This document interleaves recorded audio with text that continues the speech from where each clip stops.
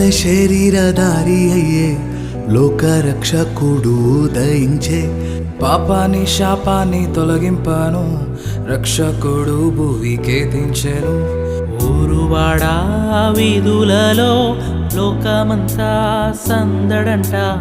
ఆడేదము కొని ఆడేదము అరే పూజించి గణపరిచేదం. చుక్క పుట్టింది ఏలో ఏలేలో సందడి చేద్దామా ఏలో.